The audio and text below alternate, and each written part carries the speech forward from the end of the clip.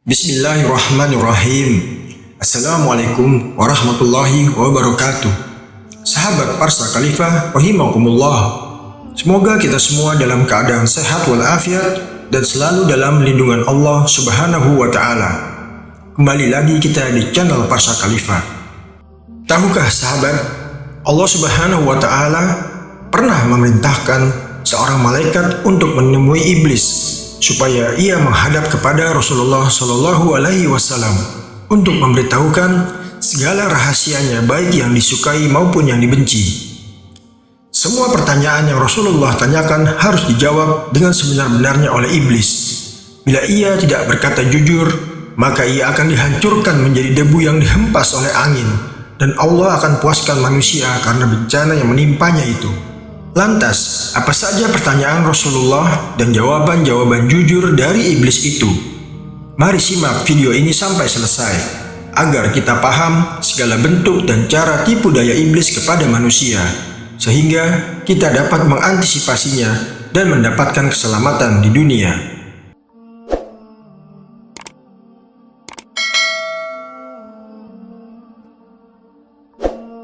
Diriwayatkan oleh Mu'az bin Jabal radhiyallahu anhu dari Ibnu Abbas radhiyallahu anhu, dia berkata, pada suatu hari kami bersama Rasulullah Shallallahu Alaihi Wasallam sedang mengadakan pertemuan di rumah salah seorang sahabat Ansor di Madinah.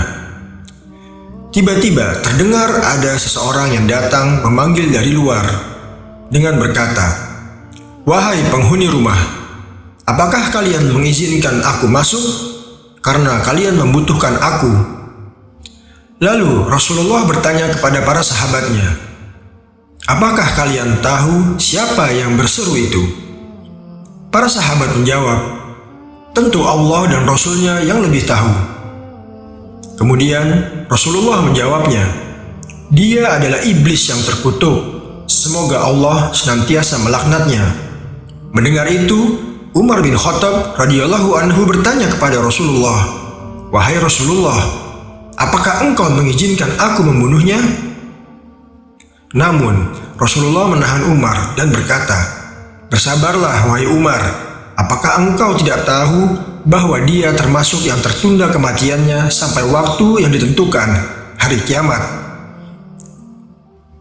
Sebagaimana firman Allah dalam Al-Quran surat Al-A'raf ayat 14 dan 15. Iblis berkata, "Beri tangguhlah aku sampai waktu mereka dibangkitkan." Allah berfirman, "Sesungguhnya kamu termasuk mereka yang diberi tangguh." Lalu Rasulullah meminta kepada para sahabatnya, "Wahai sahabat, silahkan bukakan pintu untuknya, karena dia sedang diperintahkan Allah Subhanahu wa taala. Kemudian perhatikan dan pahamilah apa yang dia ucapkan nanti, serta dengarkan apa yang akan disampaikan kepada kalian."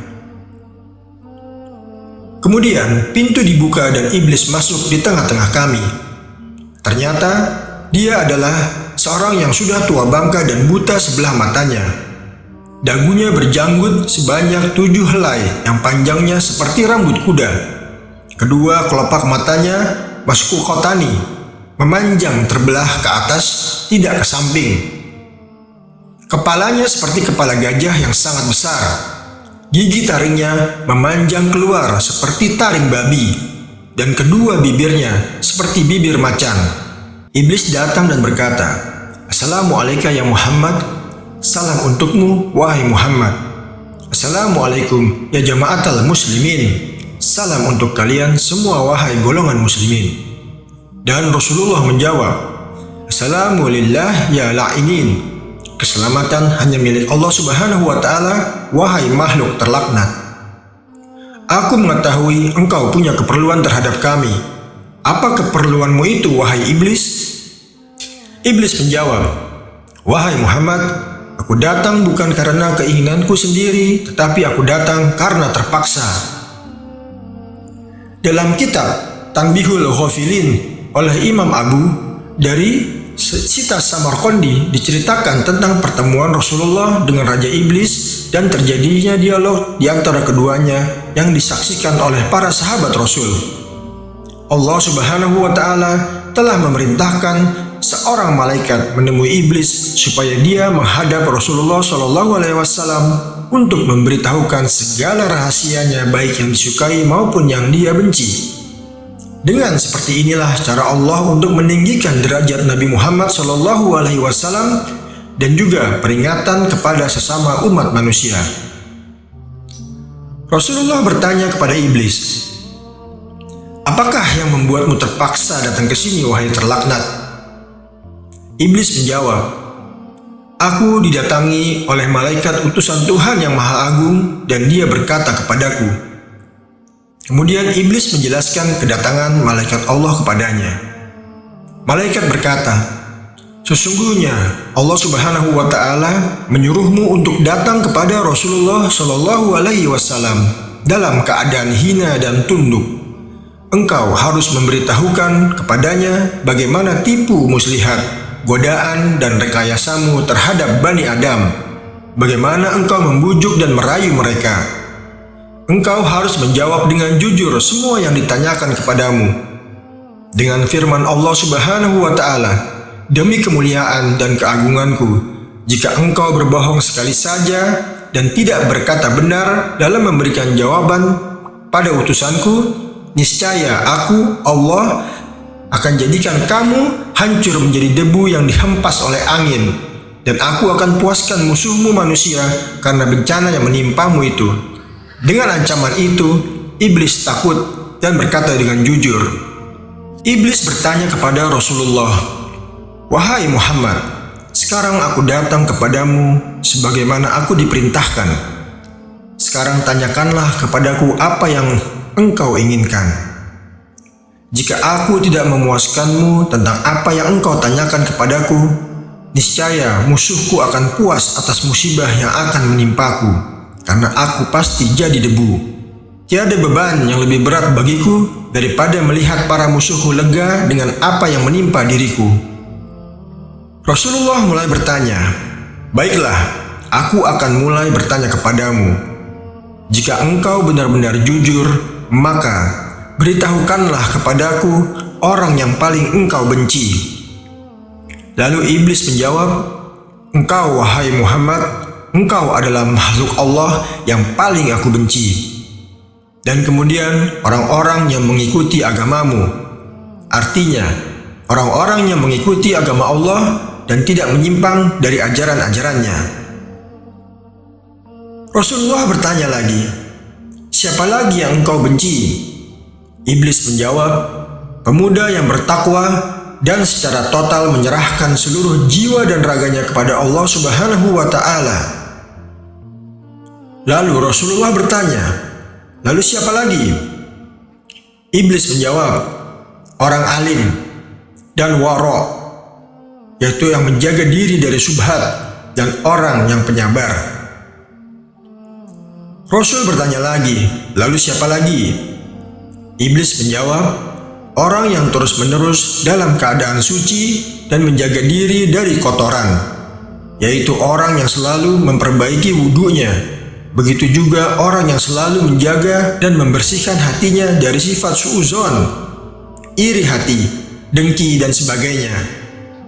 Kemudian orang yang menghilangkan penyakit hatinya, karena orang yang selalu bersih badan hatinya serta bersih dari dosa, orang itu dicintai Allah Subhanahu wa Ta'ala." Rasul bertanya lagi, "Lalu siapa lagi?" Iblis menjawab, "Orang miskin yang sabar dan tidak menceritakan atau mengadukan kefakhiran dan keluh kesahnya kepada orang lain.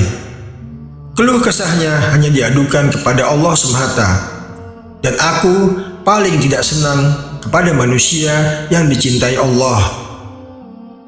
Rasulullah bertanya, "Bagaimana engkau tahu bahwa dia penyabar?" Iblis menjawab, "Wahai Muhammad, jika dia mengadukan keluh kesahnya kepada sesama makhluk selama 3 hari, Tuhan tidak memasukkan dirinya ke dalam golongan orang-orang yang sabar. Harus pula engkau ketahui bahwa orang yang sabar dan bersyukur merupakan tanda kekuasaan Allah." Rasul bertanya lagi, "Lalu siapa lagi?"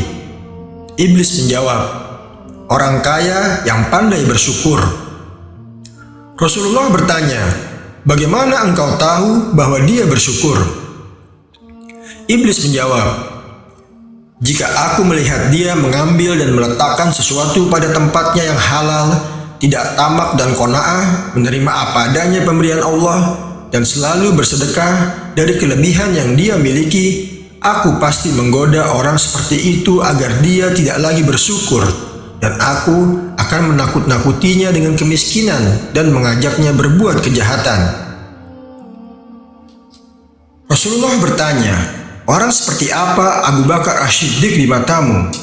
Iblis menjawab, ia tidak pernah menurutiku di masa jahiliyah, apalagi dalam Islam. Sebelum menjadi pengikutmu, dia tidak taat kepadaku. Bagaimana mungkin di zaman Islam ini dia akan mentaatiku? Aku sulit membujuknya, oleh karena itu dia aku tinggalkan. Rasulullah bertanya, apa pendapatmu tentang Umar?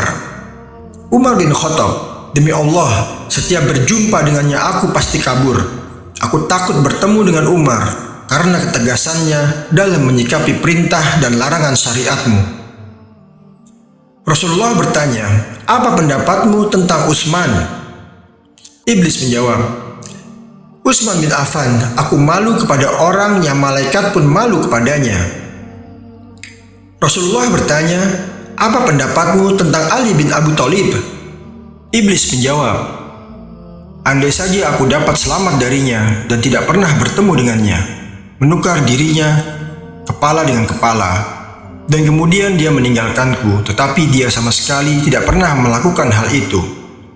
Ali bin Abi Thalib terkenal cerdas, jadi iblis ingin menukarkan kepalanya. Rasulullah bertanya, bagaimana keadaanmu jika umatku mengerjakan sholat? Iblis menjawab, aku merasa panas dan gemetar, tetapi aku tetap mengintai dan menggodanya agar dia dapat berpaling. Rasulullah kembali bertanya, mengapa sampai seperti itu wahai terlaknat? Iblis menjawab, bukankah jika seorang hamba bersujud kepada Allah dengan sekali sujud saja, maka Allah mengangkat derajatnya satu tingkat. Perintah sujud itu adalah awal dari murka Allah kepadaku sampai sekarang. Rasulullah kembali bertanya, jika mereka berpuasa? Dan iblis menjawab, aku terbelenggu sampai mereka berbuka puasa dengan makan dan minum atau melakukan perbuatan lain yang menyebabkan batal puasanya. Rasulullah kembali bertanya, jika mereka menunaikan ibadah haji? Iblis menjawab, aku menjadi gila karena tidak tahu dari mana lagi aku akan memasukkan tipu daya. Semua pintu sudah tertutup. Bukankah dia sedang berkonsentrasi membaca talbiyah? Tetapi aku tetap mengintainya agar dia bisa takabur dalam beribadah. Rasulullah kembali bertanya, jika mereka membaca Al-Quran? Iblis menjawab, aku seperti meleleh, seperti timah meleleh di atas api. Rasulullah bertanya, jika mereka berzakat? Iblis menjawab, seakan-akan orang-orang berzakat itu mengambil gergaji atau kapak dan memotongku menjadi dua. Rasulullah bertanya, mengapa menjadi begitu? Bukankah ada 4 manfaat dalam zakat itu yang menjadikan orang yang melakukannya jauh dariku? Pertama, Tuhan menurunkan berkah atas hartanya. Kedua, menjadikan orang yang berzakat disenangi makhluknya yang lain. Ketiga, menjadikan zakatnya sebagai penghalang antara dirinya dengan api neraka. Keempat, dengan zakat Tuhan mencegah bencana dan malapetaka agar tidak menimpanya. Rasulullah bertanya, apa yang dapat mematahkan pinggangmu? Iblis menjawab, suara kuda perang di jalan Allah. Rasulullah bertanya, apa yang dapat melelehkan tubuhmu? Iblis menjawab, taubat orang yang bertaubat. Rasulullah bertanya, apa yang dapat membakar hatimu? Iblis menjawab, istighfar di waktu siang dan malam. Rasulullah bertanya, apa yang dapat mencoreng wajahmu? Iblis menjawab, sedekah yang diam-diam. Rasulullah bertanya, apa yang dapat menusuk matamu? Iblis menjawab, salat fajar. Rasulullah bertanya, apa yang dapat memukul kepalamu? Iblis menjawab, salat berjamaah. Rasulullah bertanya, apa yang paling mengganggumu? Iblis menjawab, majelis para ulama. Rasulullah bertanya, bagaimana cara makanmu? Iblis menjawab, dengan tangan kiri dan jariku. Rasulullah bertanya, di manakah kau menaungi anak-anakmu di musim panas? Iblis menjawab, di bawah kuku manusia. Iblis bercerita, sebelum engkau lahir ke dunia, aku beserta bala tentaraku dengan mudah dapat naik ke langit untuk mencuri segala rahasia serta tulisan yang menyuruh manusia beribadah serta balasan pahala dan surga mereka. Kemudian aku turun ke dunia dan memberitahu manusia yang lain daripada apa yang sebenarnya aku dapatkan dengan berbagai tipu daya aku hingga mereka tersesat. Akan tetapi, ketika engkau lahir ke dunia ini, maka aku tidak dibenarkan oleh Allah untuk naik ke langit serta mencuri rahasia lagi. Karena jika aku bersikeras juga hendak naik, maka malaikat akan melontarkan anak panah dari api yang menyala. Sudah banyak bala tentaraku yang terkena lontaran api malaikat itu, dan semuanya terbakar menjadi abu. Maka besarlah kesusahanku dan bala tentaraku untuk menjalankan tugas menghasut. Rasulullah bertanya lagi, kapan engkau merasa mudah membujuk umatku? Iblis menjawab, pada 3 saat atau 3 situasi. Sewaktu dia marah, karena dia sendiri yang telah mengobarkan nafsunya. Di saat dia bingung menentukan pilihan, pada saat itu aku menyusup dengan cepat. Sewaktu 2 orang laki-laki dan perempuan yang bukan mahram berduaan, aku tunggu sampai mereka melakukan sesuatu. Rasulullah bertanya lagi, siapa temanmu wahai iblis? Iblis menjawab, pemakan riba. Rasulullah bertanya, siapa sahabatmu? Iblis menjawab, pezina. Rasulullah bertanya, siapa teman tidurmu? Iblis menjawab, pemabuk. Rasulullah bertanya, siapa tamumu? Iblis menjawab, pencuri. Rasulullah bertanya, siapa utusanmu? Iblis menjawab, tukang sihir. Rasulullah bertanya, apa yang membuatmu gembira? Iblis menjawab, bersumpah dengan cerai. Rasulullah bertanya, siapa kekasihmu? Iblis menjawab, orang yang meninggalkan sholat Jumat. Rasulullah bertanya, siapa manusia yang paling membahagiakanmu? Iblis menjawab, orang yang meninggalkan sholatnya dengan sengaja. Rasulullah lalu bertanya, siapakah yang menjadikanmu? Siapa yang melanjutkan usiamu? Siapa yang menerangkan matamu? Siapa yang memberi pendengaranmu? Siapa yang memberi kekuatan anggota badanmu? Iblis menjawab, semua itu adalah anugerah dari Allah yang maha besar juga. Tetapi hawa nafsu dan takabur membuatku menjadi jahat sebesar-besarnya. Engkau yang lebih tahu bahwa diriku telah beribu-ribu tahun menjadi ketua seluruh malaikat dan pangkatku telah dinaikkan dari satu langit ke satu langit yang tinggi. Kemudian aku tinggal di dunia ini beribadah bersama sekalian malaikat dalam beberapa waktu lamanya. Tiba-tiba datang firman Allah Subhanahu wa Ta'ala hendak menjadikan seorang khalifah di dunia ini. Maka aku pun membantah. Lalu Allah menciptakan Adam dan diperintahkan seluruh malaikat memberi hormat kepada Adam kecuali aku yang ingkar. Oleh karena itu Allah murka kepadaku dan wajahku yang tampan rupawan dan bercahaya itu tertukar menjadi keji dan kelam. Aku merasa sakit hati. Kemudian Allah menjadikan Adam raja di surga dan dikaruniakan seorang permaisuri Siti Hawa yang memerintah seluruh bidadari. Aku bertambah dengki dan dendam kepada mereka. Akhirnya aku berhasil menipu mereka melalui Siti Hawa yang menyuruh Adam memakan buah khuldi. lalu keduanya diusir dari surga ke dunia. Keduanya berpisah beberapa tahun dan kemudian dipertemukan Allah di padang Arafah, sehingga mereka memiliki beberapa orang anak. Kemudian aku hasut anak lelakinya Qabil supaya membunuh saudaranya Habil. Itu pun aku masih tidak puas hati, dan berbagai tipu daya aku lakukan sampai hari kiamat tiba.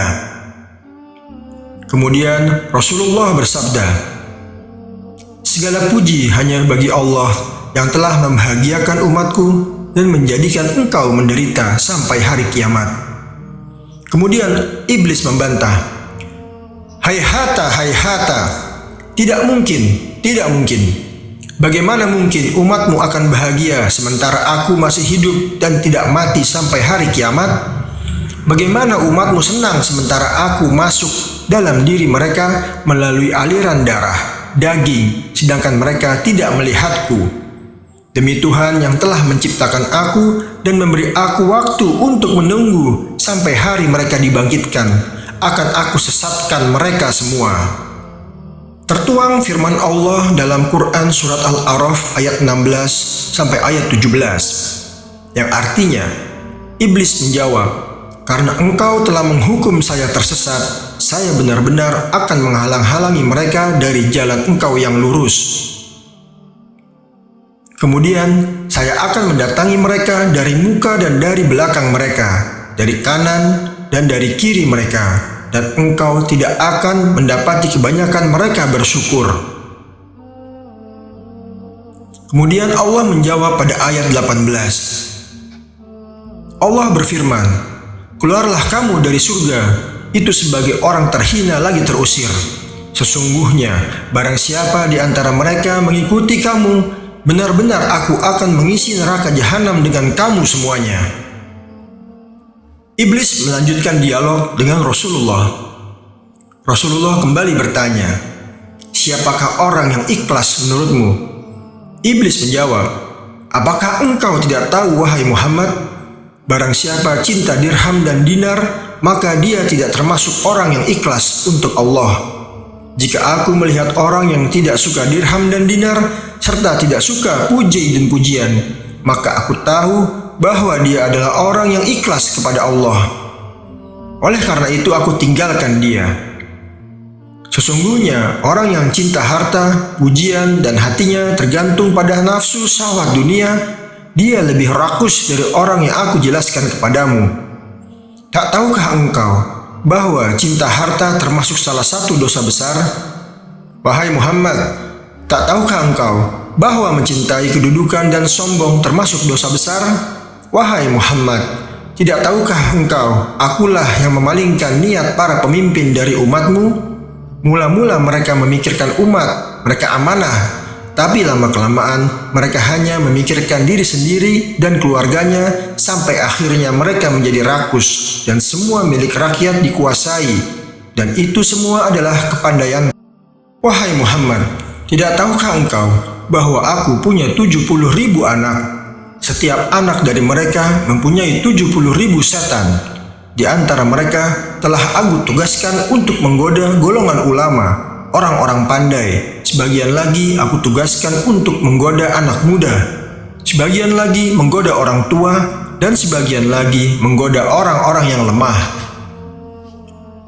Setan itu masuk ke dalam dan luar diri mereka, dari suatu keadaan ke keadaan yang lain, dari satu pintu ke pintu yang lain. Mereka mempengaruhi manusia dengan banyak sebab. Setan mengambil keikhlasan mereka dan menjadikan mereka menyembah Allah tanpa rasa ikhlas. Iblis berkata, "Wahai Muhammad, aku minta agar Allah membuatku boleh melihat manusia sementara mereka tidak boleh melihatku, dan aku minta agar Allah memberiku kemampuan untuk mengalir dalam aliran darah manusia." Kemudian Allah menjawab, "Silahkan." Iblis menjawab, "Aku bangga dengan hal itu. Hingga hari kiamat, sebagian besar manusia bersamaku di hari kiamat." Iblis berkata lagi, "Wahai Muhammad, aku tak boleh menyesatkan orang sedikit pun. Aku hanya boleh membersihkan dan menggoda. Jika aku boleh menyesatkan, tak akan tersisa seorang pun." sebagaimana dirimu, kamu tidak boleh memberi hidayah sedikit pun. Engkau hanya Rasul yang menyampaikan amanah. Jika kau boleh memberi hidayah, tak akan ada seorang kafir pun di muka bumi ini. Engkau hanya boleh menjadi penyebab untuk orang yang telah ditentukan sengsara adalah orang yang telah ditulis sengsara semenjak dalam kandungan ibunya, dan orang yang bahagia adalah orang yang telah ditulis bahagia sejak di perut ibunya.